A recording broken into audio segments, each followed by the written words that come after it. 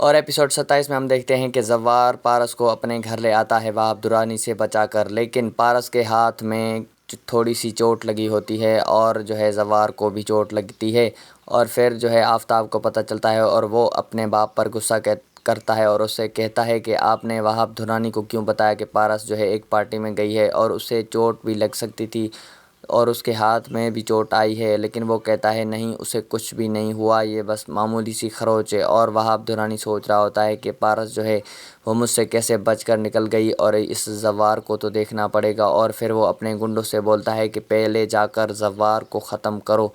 اور پھر ہم آگے دیکھتے ہیں کہ پارس وہاں سوچ رہی ہوتی ہے کہ آخر زوار نے مجھے کیوں بچایا، اور پھر ہم آگے دیکھتے ہیں کہ ان کی پھوپھو بھی وہاں آ جاتی ہے اور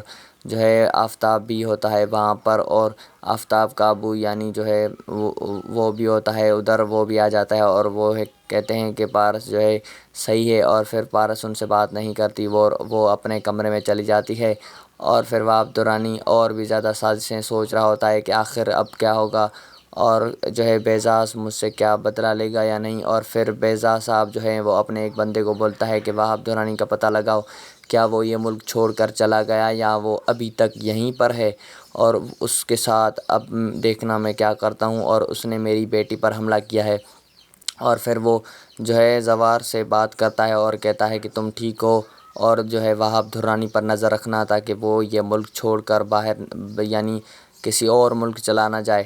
اور پھر وہ اسے ڈھونڈنے لگتا ہے اور اس پہ نظر رکھتا ہے، اور پھر وہ فون کرتا ہے پارس کو اور اسے کہتا ہے کہ اپنی لوکیشن سینڈ کرو، اور تم اس دن وہ گنڈے تمہیں کہاں ملے تھے وہ بھی لوکیشن مجھے سینڈ کرو۔ اور پھر وہاں پر زوار اور ان کے گنڈوں کی آپس میں لڑائی ہو جاتی ہے، اور پھر وہ آپس میں گولیاں چلنے لگتی ہیں، اور زوار وہاب درانی کے کچھ آدمیوں پر گولی چلا لیتا ہے، اور پھر بیزا صاحب کا بندہ اسے کہتا ہے کہ اس میں آفتاب کا بھی ہاتھ تھا، اس کو کڈنیپ کرنے والے میں آفتاب کا بھی ہاتھ تھا۔ اور پھر آفتاب اپنے وہ ماموں سے کہتا ہے میرا اس میں کوئی ہاتھ نہیں تھا، اور پھر وہ فون کرتا ہے وہاب درانی کو اور اسے کہتا ہے کہ تم نے یہ سب کچھ کس کے کہنے پر کیا، اور پھر پتہ چل جاتا ہے کہ وہ سب آفتاب کے باپ کی وجہ سے ہوا تھا۔ اور پھر آفتاب کا باپ ہنس رہا ہوتا ہے، اور بیزا صاحب یہ سوچ کر بہت زیادہ غصہ ہو جاتے ہیں اور سوچتے ہیں کہ میں نے ان کی کتنی مدد کی، لیکن انہوں نے میری بیٹی کو اغوا کروایا، اور یہ ایسا کیوں کر رہے ہیں، آخر کار کیوں۔ اور پھر پارس بھی یہ سوچتی ہے، اور وہاب درانی پھر